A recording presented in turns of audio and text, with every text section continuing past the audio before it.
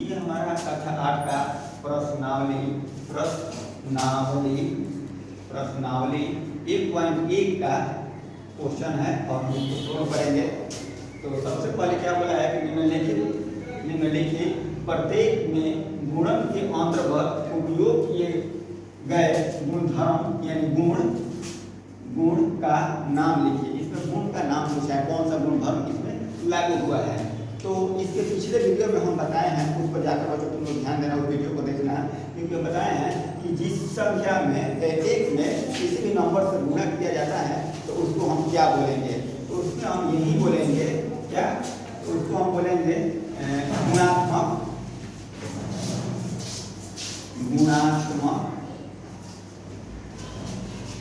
गुणात्मक तत्समक बोलते हैं।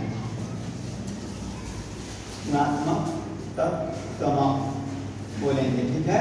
क्योंकि हम उसमें पीछे बताए हैं कि कोई भी एक गुणा वन में सूत्र बताया, हम उससे गुणा करने पर हमको क्या मिलेगा, वही संख्या मिलेगी। क्या मिलेगी? वही संख्या मिलेगी। तो ये हमारा होगा गुणात्मक तत्समक कहाएगा, इसमें होगा गुणात्मक तत्समक कहाएगा। अब हम आ रहे हैं दूसरा नंबर क्वेश्चन को सॉल्व करने के लिए। गुणात्मक हम बच लिया, गुणात्मक तत्समक है तत्समक, ठीक है। गुणधर्म भी लिख सकते हैं, कोई बात नहीं।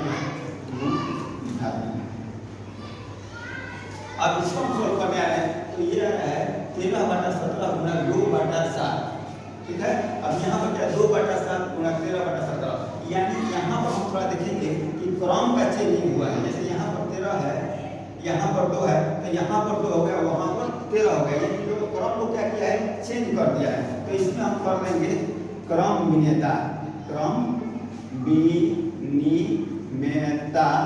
गुणधर्म। इसमें क्रम विनियता गुणधर्म है, ठीक है। इसमें क्रम विनियता गुणधर्म है, क्योंकि हम बताए हैं इसका सूत्र क्या है कि a गुना b बराबर b गुना a।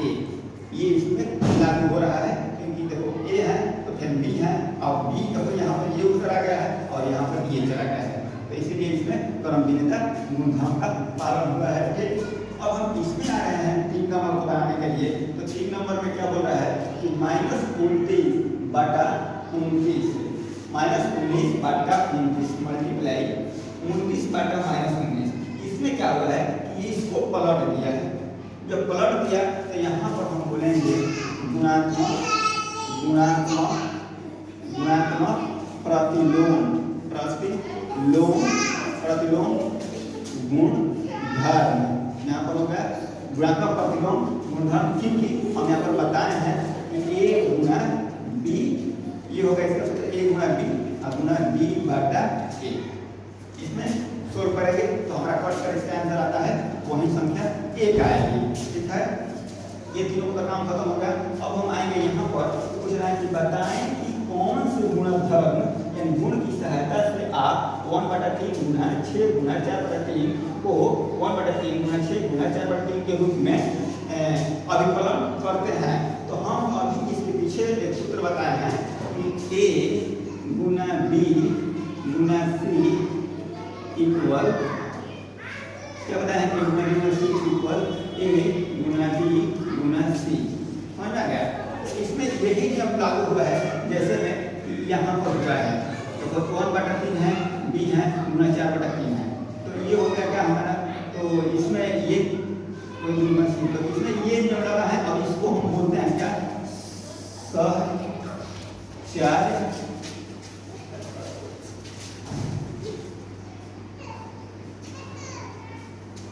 इसमें बोलेंगे गुणात्मक सहचर गुणधर्म का पालन हुआ है, क्योंकि ये सहचर मतलब गुणात्मक का गुणा है, क्या है, ये क्या है, a Guna b Guna c। तो देखो ये होगा हमारा a, ये होगा b, ये होगा c, और इसमें क्या हुआ है 1/3 गुना 6 गुना 4/3, तो ये a हो गया, ये b हो गया और ये c हो गया। इस पर ये गुणधर्म का नियम का पालन हुआ है,